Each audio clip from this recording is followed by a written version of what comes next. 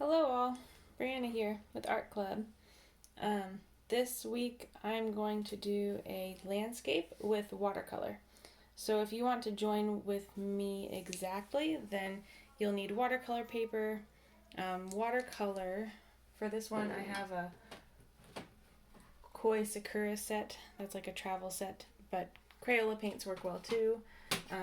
If I were you, if you're wanting to get into watercolor at all, or your kids, I would avoid like Artist Loft and brands like that or Master's Touch at Hobby Lobby, brands that are really cheap but look fancy. Crayola is usually better. Um, you would also need paintbrushes. I'm only using the size 8 paintbrush here in the middle, but just something kind of larger. If you have something really tiny, it just might get discouraging, but it would still work. And whether you're using watercolor paint with me, or you could also use crayons or colored pencils or marker, basically anything to make the color, then you'll need to start with pencil of some kind and an eraser. Can be handy. So to get started, because I'm using watercolor, I'm going to tape down my paper. And I do that because once the water gets really wet, the paper gets really wet, then it gets all folded up. And I'm using a wet on wet technique, so painting with a wet watercolor on wet paper, and so the water can get really wet. So if we don't tape it down, then it can get all wrinkly and buckle and just kind of annoying. You don't have to do this though. Like if you have watercolor stuff but no tape, it's fine. I've done it plenty of times without actually taping down the paper.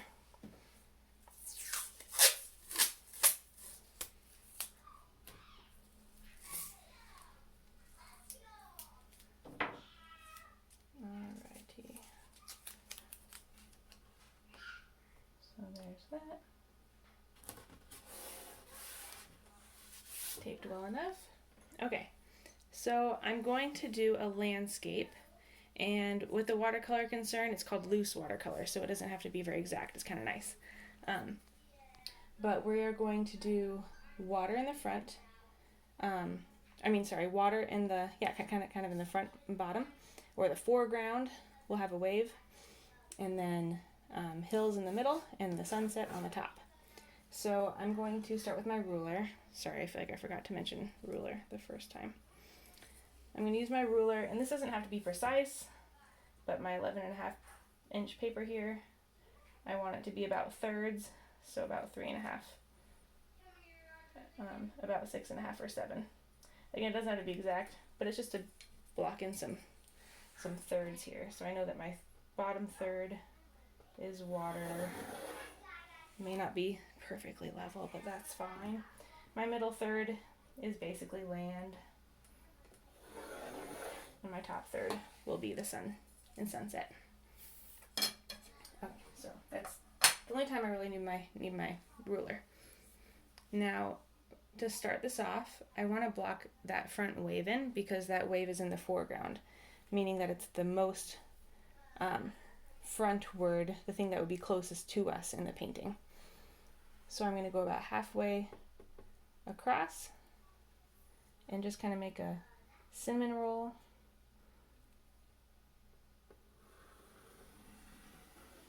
And I want it to be kind of curved. Doesn't have to be perfect, and I can erase it a little bit if I need to. But just kind of a cinnamon roll effect.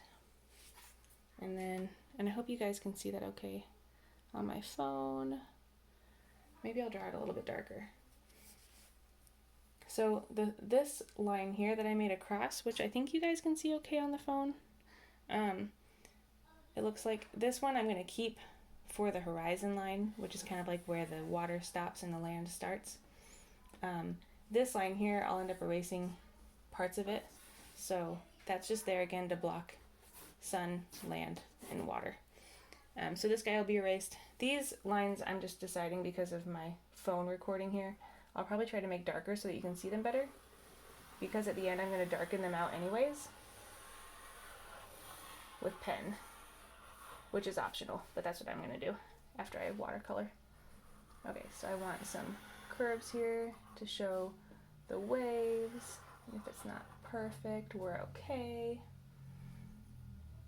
I kind of want this line here that I made, so this line will get I mean, this part, like instead of erasing it here, I just kind of want to have like more of a natural curve.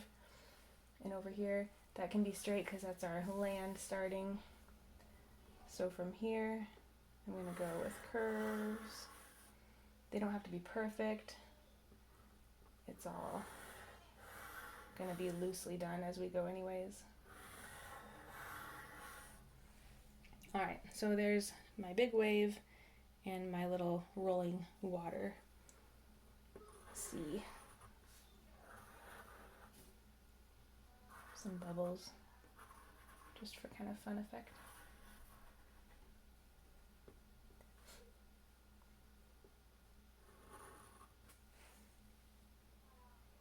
And I always encourage, if it's like you're kind of copying as I go, that's good, but if you want to do something a little bit different, that's good too.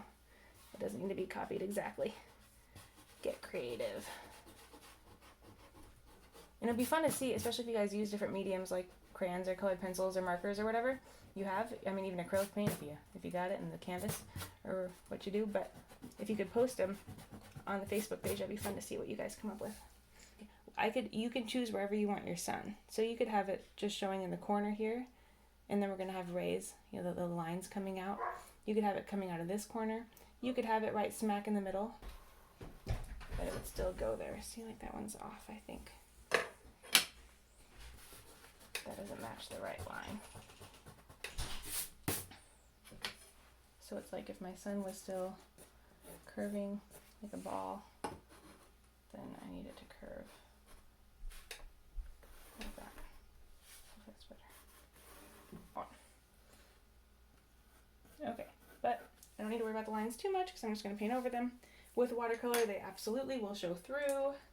Some people erase their lines really lightly, so then when they go back over to paint, you can't see them. Landscape painting. So I need paintbrush, I need water for my watercolor, and I'm going to get my paper wet. And if you're using watercolor paper, it doesn't really matter the brand. If it's watercolor paper or multimedia or mixed media paper, it'll be fine. It's thick enough to handle getting decently wet.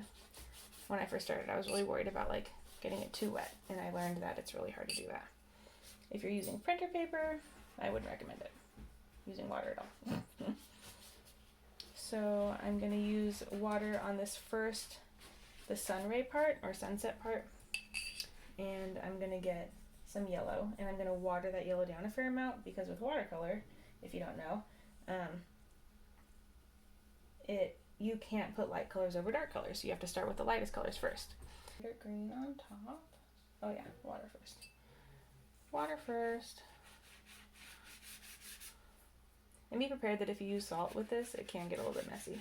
I mean, it just gets swept or vacuumed up or whatever, but just a heads up if that's a concern for you, getting salt everywhere as we get there. But I think this would be a really fun one to do with marker too. Some more yellow up here. Just try to get some of these background colors in good before we get into our more rich colors.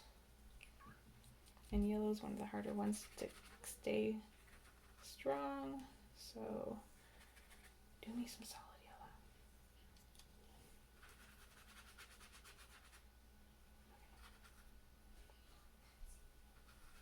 yellow. Sorry. Yeah, because I want to point it, I want to angle my little table thingy down because I'm going to bring the salt in. So now that my sun is very bright, I'm going to sprinkle salt right on it. And if you can see it, I know I should not hold my phone over it because I'll just shake the whole time. But if you can see, the salt is collecting in spots, and it's really cool when it dries. My dark green, or kind of like a medium foresty green. Seeing it's so watered down already. So I'm going to get some straight from the pan or from the, the paint cup or whatever you call it in your world. And that way it's just direct paint, not watered down. So, okay. So I'm doing a water on it, but I'm not watering it down very much. So I'm going to start with the, like that. See? So fun. I'm I'm going to start with the kind of going along the lines. So I'm outlining it with dark brown. So I'm not really sure.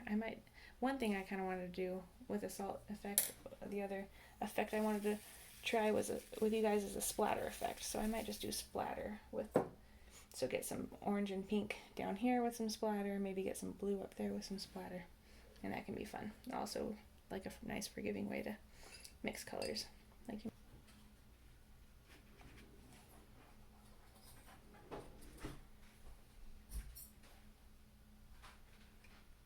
So I just think when it's like a little bit messy looking, that it's a little more natural looking. I don't know. Okay. Getting rid of some of those hard lines in there that don't look as natural. Alrighty. So I think we're good. I'm going to add more salt to the hills. Usually when I've used the salt technique, which I haven't a lot, but I have a couple times and it turns out really cool, but usually I just finish my painting or, try to, because the water has to be wet, the paint has to be wet, so I do the bulk of the painting and then I shake the salt off once it dries and then it's done, I think. So I'm going to do a little more color.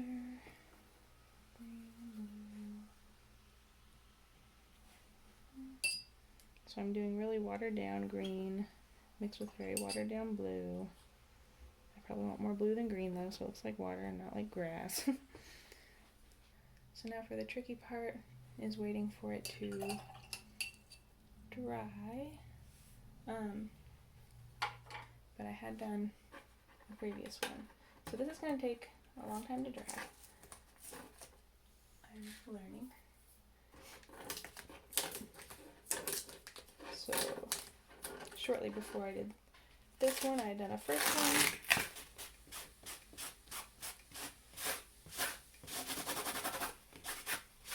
Okay. So here's that. Pleasant sound. Okay. So to the sides in natural ways. So what I kind of want to do then is just hit up some dark pinks and oranges up here real quick. I feel like I'm losing the side of the sun, so I'm going to use this. I have this peachy color just in my pan. I'm just going to use to kind of differentiate the sun from the sunset. And then that peachiness is running a lot into this orange. So I'm going to put some magenta over here. Oh buddy, and hope it doesn't run into the sun too much. And then I gotta move around those hard lines. Okay, so that's pretty cool.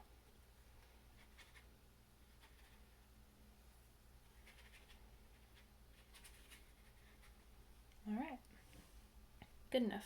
So I would say that I'm done. And now what's next is basically that I need to stop painting, make sure it's completely dry so I can go over it with black pen. And when I look back to this one here, it's not dry yet. I do think I like that one better than this one though, probably. Okay, so here's that.